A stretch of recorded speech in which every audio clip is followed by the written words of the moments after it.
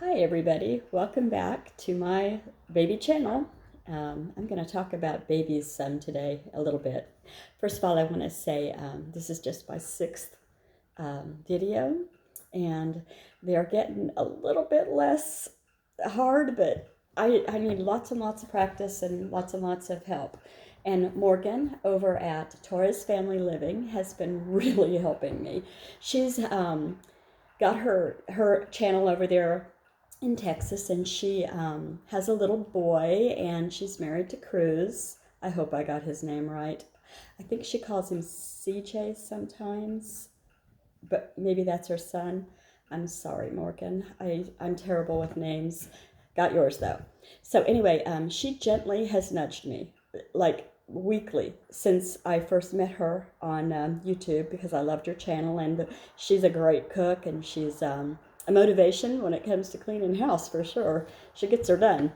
So anyway, she suggested that because of my background, that I go ahead and start a question and answer or mini childbirth classes or something like that. So my background is that I'm a mother of five. I had let's start with the first one. I had one in the hospital, had one at a birth center, and another one was a home birth transfer because labor did not start, and that happens sometimes, and the midwife just says, well, according to the rules here in Washington State, if you are due and your water breaks, off you go to the hospital if you don't have, back then, if you don't have your baby or labor starts within 12 hours, and that 12-hour mark passed. And he was born at the hospital, so things happen.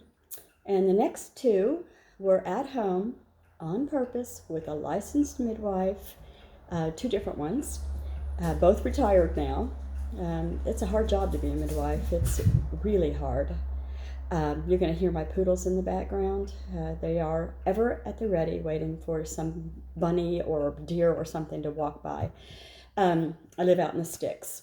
So anyway, they were born at home, and so that kind of set me on the path of knowing there are so many different ways to have babies, and I would love to help other women to know, no matter where you choose to birth or how it happens, you can have the best experience from wherever you choose to be, with whoever you choose to be your assistant.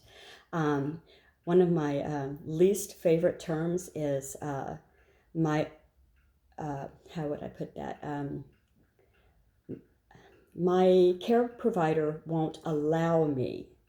So I like to tell women there are reasons to be careful, whether it's in a hospital, birth center, or a home. And those reasons can be, maybe you have gestational diabetes, maybe you have high blood pressure, maybe you have a history of super fast labors, or just anything at all can, make things a little bit more difficult, or where you need more help, more watching. And in that case, yeah, you wouldn't be even a candidate to probably be in a birth center or a home without a whole lot of health. So you need a healthy pregnancy and that kind of thing. Anyway, kind of off topic.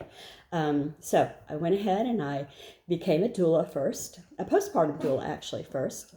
And then I went and did birth doula training. After that, I became a La Leche leader. I'm going to have to do something with these hounds. La Leche League leader is a woman who, well, back then, it was just women who had breastfed their own children. And you could, for free, you held meetings once a month, and you helped other women during pregnancy and postpartum, and until they weaned baby, whether the baby was 4 days old or 5 years old or whatever, because there are extended nursing families out there. So let's see. Then after that, I became a happiest baby on the block educator. And that is someone who takes a family under their wing and helps them with a baby that's maybe a little bit more fussy than they think the baby ought to be, and gives them helpful tips. And so that was fun. And Dr. Harvey Karp is the one who started that. I don't know if he's still active or not, I'm not. So that, I'm not in that circle anymore, so I don't know what's going on. Let's see. After that, I did I say childbirth educator yet? I guess I've already rambled. I was childbirth educator, certified, and I certified through CAPA. But my classes, CAPA was wonderful about letting you prove through training and paperwork and syllabus and all of this that you could take their training and mold it to your liking. So, for instance, if you are another philosophy's trained birth educator, you go by a script. For instance, hypnobirthing, which I also took the training for, but chose not to certify with it because I had to go by a script. In my classes, I personalized, and it could be a woman who is trying to VBAC, and that means a vaginal birth after she's had a cesarean or two or whatever. It could be a woman who is going to have her first baby and she's very fearful, and we're going to only work on that. And I would do a private class for her and her partner, or just her.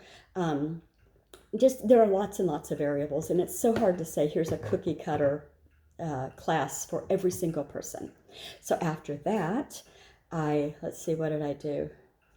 Oh, took water birth training through Barbara Harper. So much fun. So in that capacity, I worked for a midwife, and as further along, I jumped into a midwifery practice, and she's actually my neighbor down the road now. I've moved closer to where her place is. We are both retired now. She was amazing, fabulous, such a teacher. She had decided she was done teaching and done catching. We don't call it delivering. Pizzas are delivered, babies are caught. So received. She said, the reason I even found out about her is my daughter-in-law was pregnant, and she called me and she said, hey, there's a midwife out here in Olalla. And I said, oh, no, hun, she's retired, she's long gone. I'd know if there was a midwife here in town.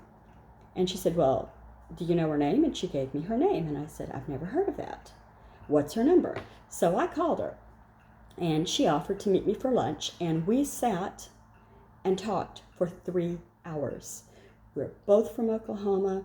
We had the same values and belief system and everything about birth is as safe as life gets, and that's somebody's quote, and I can't, maybe I can find that and put it in the bottom description. I don't ever want to say things, it just spills out because I use those in class.